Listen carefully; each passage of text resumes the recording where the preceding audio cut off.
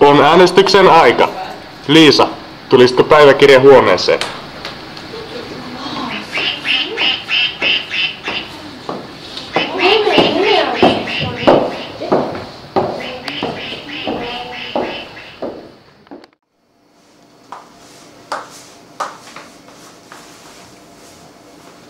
Hei Liisa. Kenet sinä tahtoisit äänestää ulos talosta? Well, Kiuru. Hei Silja. Moi. Kato mulla uudet kengät.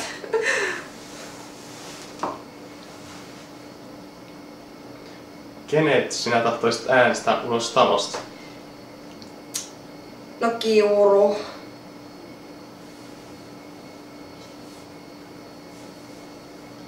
Miksi? Onko se on vähän liian paksun? Hei Ein. No hei. Tahtoisitko kertoa meille jotain pienestä ystävästäsi? Niin no, tässä tämä on tämmönen pieni siili, se on aika piikikäs kaveri. Se on sellainen. Aivan. Kenet tahtoisit äänestää ulos talosta?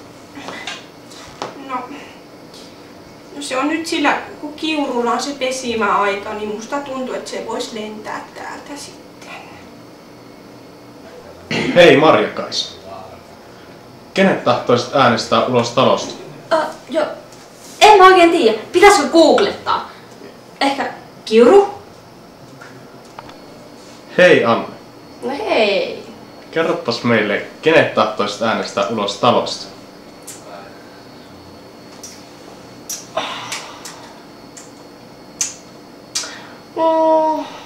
Kiuru, nimenomaan. Hei Mervi. Hei. Kenet tahdot äänestää ulos talosta?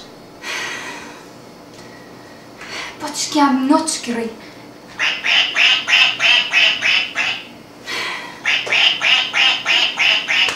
Schnoski bjotski.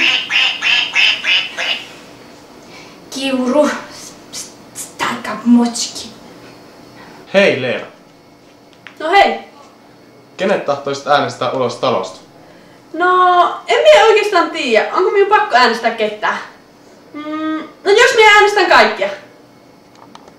Hei Maaret.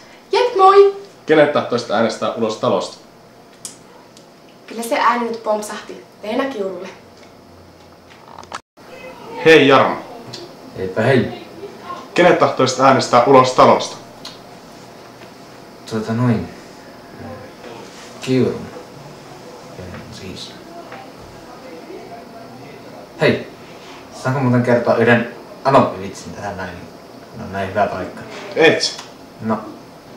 Se on yksi vaan lyhyt. Jospa nyt kerran. No. Olipa kerran anoppia. Hei Tommi ja Sari. Terve. Hei. Kenet tahtoisitte äänestää ulos talosta? No, me ollaan vähän ajateltu, että Kiuru. Hei Jussi. No kato, terve! Kenet tahtoisit äänestää ulos talosta? No, kyllä se nyt taitaa tuo Kiuruleena olla. Kato, lähtökohta on siinä, että ihan selvästi huomaa, että Kiuru alkaa pelaa peliä täällä, kato. Jos niin kuin näin sano sillai maailmanhistorian tuntien, niin Kiuru on aika paha takinkääntäjä. Kyllä, kyllä.